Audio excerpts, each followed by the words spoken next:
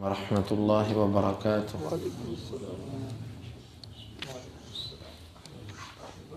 الحمد للہ والصلاة والسلام علی رسول اللہ، اما بعد۔ وروى عیسیٰ عن رقبہ، اور عیسیٰ نے رقبہ سے روایت کیا، وہ قیس بن مسلم سے، وہ طارق بن شہاب سے۔ وہ کہتے ہیں سمعت عمر رضی اللہ عنہ یقول، میں نے عمر رضی اللہ عنہ کو کہتے ہوئے سنا، قام فینا النبی صلی اللہ علیہ وسلم مقاما، اللہ کے نبی صلی اللہ علیہ وسلم ہم میں کھڑے ہوئے، فاخبرنا عن بدء الخلق، آپ نے مخلوق کی ابتدا کے بارے میں ہمیں خبر دی، حتی دخل اہل الجنت منازلہم و اہل النار منازلہم، یہاں تک کہ جنت والے اپنی جنتوں میں اور آگ والے اپنی آگ میں داخل ہو گئے۔ حفظ ذالک من حفظہ و نسیہ من نسیہ، جس نے یاد رکھا اس نے یاد رکھا، اور جو اسے بھول گیا وہ بھول گیا۔ اللہ کے نبی صلی اللہ علیہ وسلم نے مخلوق کی ابتدا کو بیان کیا۔ دوسری حدیث کے اندر وضاحت ہے، آپ نے بیان اس طریقے سے کیا کہ فجر کے بعد آپ نے شروع کیا، اس کو بیان کرنے لگے۔ ظہر کا وقت ہوا، آپ صلی اللہ علیہ وسلم نے نماز پڑھی، پھر بیٹھ کے پھر بیان شروع کیا۔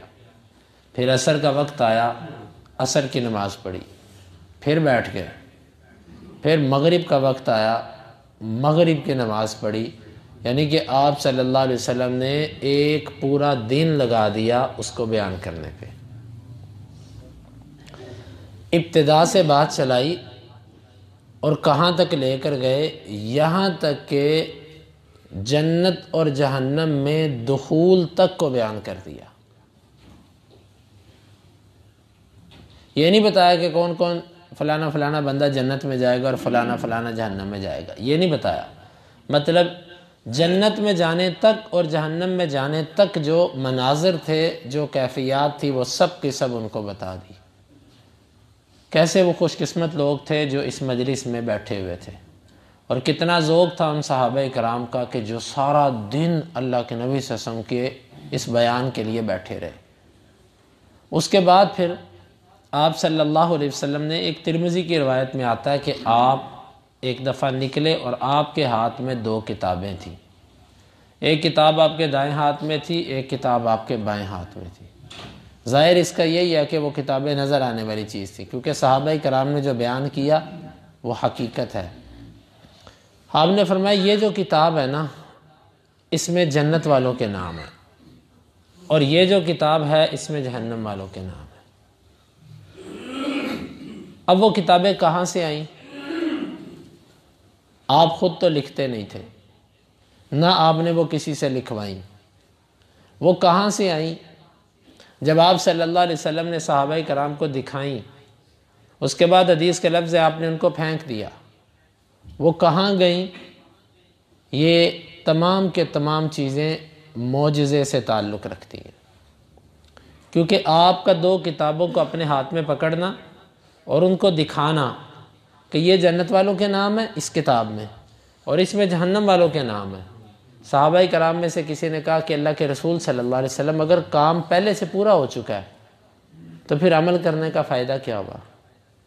ہمارے نام تو لکھے جا چکے ہیں یا جنت میں یا دوسری طرف، تو پھر ہمیں ضرورت کیا عمل کرنے کی؟ آپ صلی اللہ علیہ وسلم نے فرمایا کہ نہیں، جو جنت والے ہیں نا، وہ دنیا میں جیسا بھی عمل کرے، اللہ تعالیٰ ان کو آخر میں ایسے عمل کی توفیق دے گا کہ وہ جنت اپنے حق میں واجب کر لیں گے۔ یعنی جنت ملے گی عمل سے ہی، خالی لکھے جانے سے نہیں، ملنی عمل سے ہے۔ اس لیے عمل مت چھوڑو۔ اور جو آگ والا ہے وہ دنیا میں بظاہر جیسا بھی عمل کرتا ہو، بالآخر وہ ایسا عمل کرے گا کہ اس کے لیے جہنم واجب ہو جائے گی۔ یہاں پر دو سوال پیدا ہوتے ہیں۔ چلے ٹھیک ہے، ہم عمل کرتے ہیں، لیکن اگر اللہ نے لکھ دیا تو پھر اس میں ہمارا کیا قصور ہے؟ تو اس کا جواب یہ ہے کہ مجھے تو نہیں پتہ اللہ نے میرے بارے میں کیا لکھا ہے، مجھے پتہ ہے کوئی پتہ نہیں مجھے، تو مجھے اپنی محنت کرنی ہے۔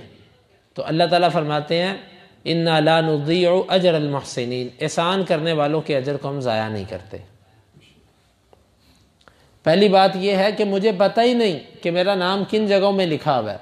جب مجھے پتہ نہیں ہے تو مجھے محنت کرنی ہے، اور اللہ نے وعدہ کیا ہے کہ اللہ احسان نیکی کرنے والوں کے اجر کو، ان کی محنت کو ضائع نہیں کرتا۔ دوسری بات، حدیث کے لفظ ہیں کہ عمل اس نے کیا، نیک عمل کیا، نیک عمل کیا، آخر میں برے عمل ہو گئے اس سے،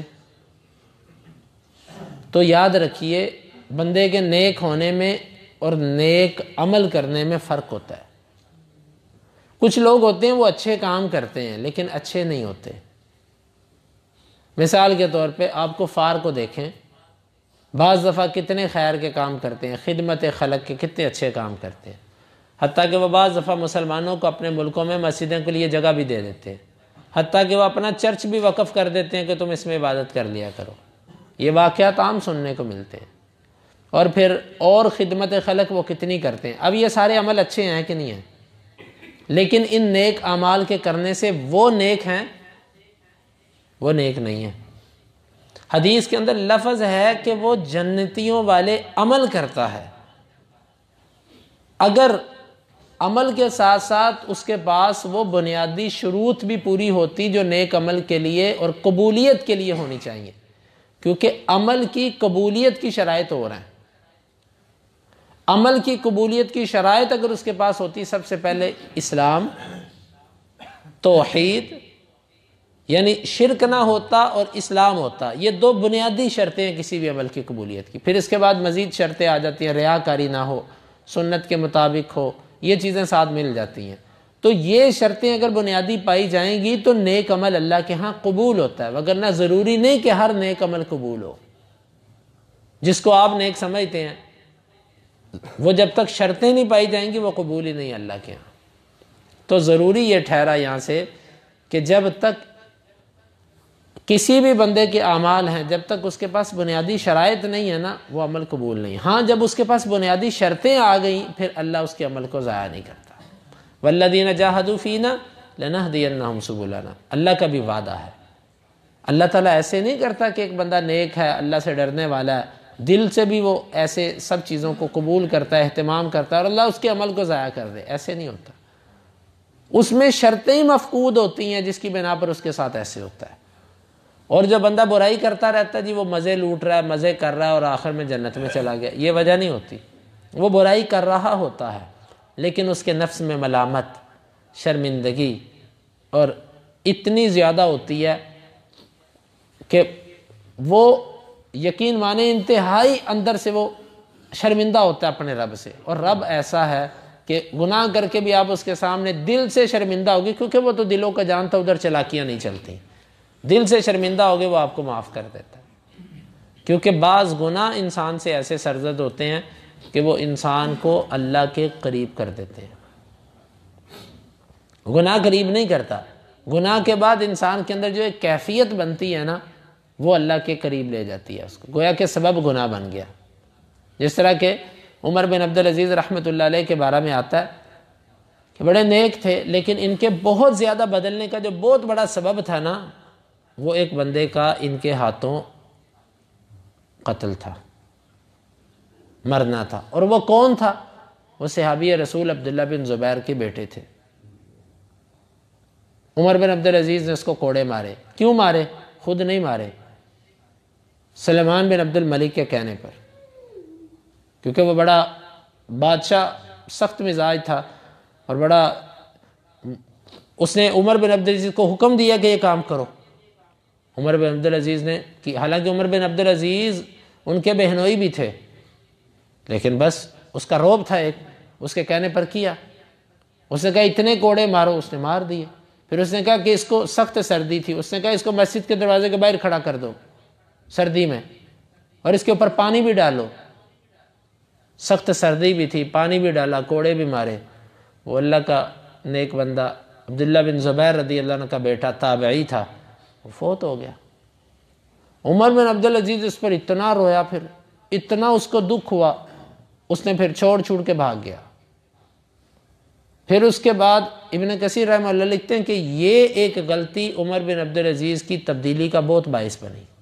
بعض دفعہ انسان کی زندگی میں کچھ خطائیں اس کے لیے اللہ کے قریب ہو جانے کا، غلطی اس لیے نہیں کرنی کہ بعد میں اللہ کے قریب ہو جاؤں، نہیں، غلطی ہوتی انسان سے بے بس ہو کے، لیکن وہ غلطی پھر بعض دفعہ اللہ کے اتنا قریب، دنیا تو غلطی پکڑ لیتی ہے نا کہ اس نے یہ کیا تھا، دنیا تو غلطی نہیں چھوڑتی، لیکن بعض دفعہ کچھ غلطیاں انسان کو اللہ کے بہت قریب کر دیتی ہیں۔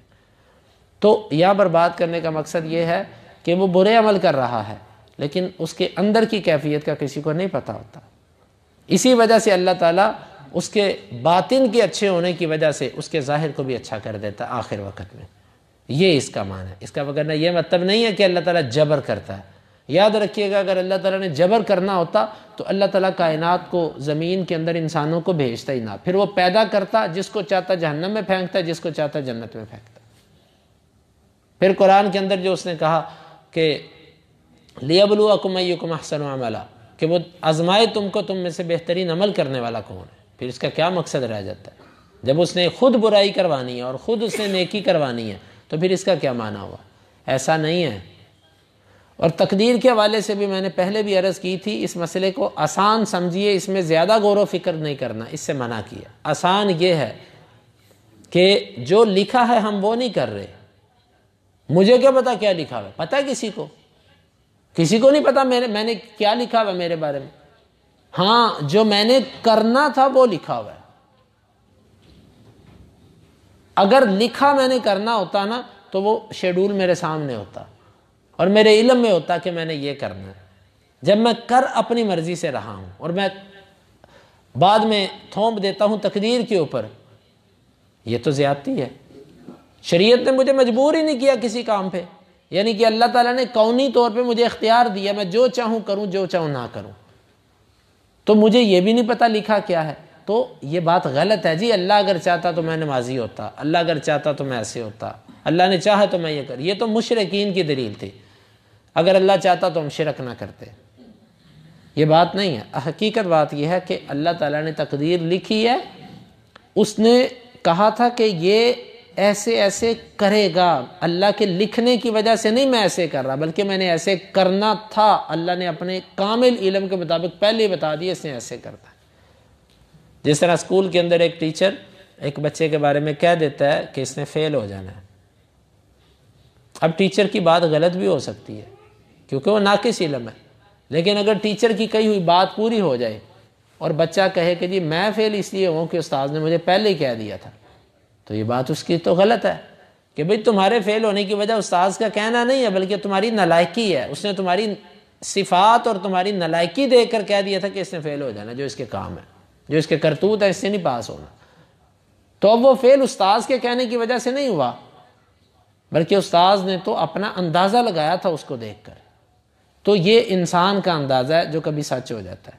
تو میرے رب کا جو اندازہ ہے، رب کا جو علم ہے، وہ جب اس نے مخلوق کو پیدا کیا تو اس نے ہر ایک کو دیکھا اور اس نے کہا اس نے ایسے کرنا ہے، اس نے ایسے کرنا ہے، میں نے اس کو اختیار دینا ہے، اس نے ایسے کرنا ہے۔ جس طرح باپ کہتا ہے نا بیٹوں میں سے کسی کو، اس کو میں نے پیسے دیے نا تو دیکھنا نا اسے ایسے کر دینا، بعد میں وہ دیتا ہے وہ ویسے کر، میں نے تجھے کہا تھا نا۔ اب بیٹے نے جو ویسے کیا وہ باپ کے کہنے کی وجہ سے نہیں کیا، بلکہ اس نے اپنے باپ نے تو اندازہ لگایا تھا کہ اس کی جو عادات ہے نا مجھے سمجھ آتی ہے، اس نے ایسے ہی کرنا ہے۔ تو یہ اللہ تعالیٰ نے جو تقدیر لکھی ہے، یہ تقدیر اللہ کا کامل اندازہ ہے۔ تقدیر کا معنی بھی اندازہ ہوتا ہے۔ اللہ تعالیٰ نے ہمارے اوپر کچھ جبر نہیں کیا۔ یہی عقیدہ ہے اہل سنہ کا جو قدریہ اور جبریہ کے درمیان ہے۔ تو بہرحال اس حدیث میں آپ نے بیان فرمایا کہ حتیٰ کہ یہاں تک آپ نے احوال ابتدا سے دنیا کی انتہا آپ نے بیان کر دی، اس کے بعد جنت اور جہنم ہے جو دونوں باقی رہیں گی۔ نہ جہنم ختم ہونے والی ہے جمہور کے قول کے مطابق، راجح قول کے مطابق، اور نہ جنت ختم ہونے والی ہے۔ وہاں تک آپ نے حقیقت بعد میں، یعنی کہ جس کو زوال تھا، جس کو فنا تھی، وہ آپ نے سب بیان کر دیا، جس کو بقا ہے اس کو چھوڑ دیا۔ وہ کیا ہے؟ جنت میں جانے کے بعد اور جہنم میں جانے کے بعد جو ان دو چیزوں میں چلے گئے، اس کے بعد زمین دنیا کا سب نظام ختم ہے، پھر وہی دنیا ہے۔ وہی ہے سب کچھ، اور پھر وہاں تک آپ نے سب دنیا کا بیان کر دیا۔ تو یہ کیسا درس ہوگا، کیسی مجلس ہوگی؟ بس اللہ کی چاہنے سے کچھ چیزیں لوگوں کو یاد رہیں اور بہت ساری چیزیں بھول گئے۔ حافظہ من حافظہ ونسیہ من نسیہ، جس نے اس کو یاد رکھا اس نے یاد رکھا، جو اس کو بھول گیا وہ بھول گیا۔ کچھ چیزیں اس میں سے محفوظ ہوئیں، باقی چیزیں لوگوں کو بھول گئی۔ اللہ کی مرضی ایسی تھی۔ اللہ تعالیٰ سے دعا ہے اللہ تعالیٰ ہمیں دین اسلام کو سمجھنے کی توفیق عطا فرمائے۔ اللہم انفعنا بما علمتنا وعلمنا ما ينفعنا وزدنا علما وآخر دعوانا ان الحمد للہ رب العالمین۔ حدیث نمبر 3192۔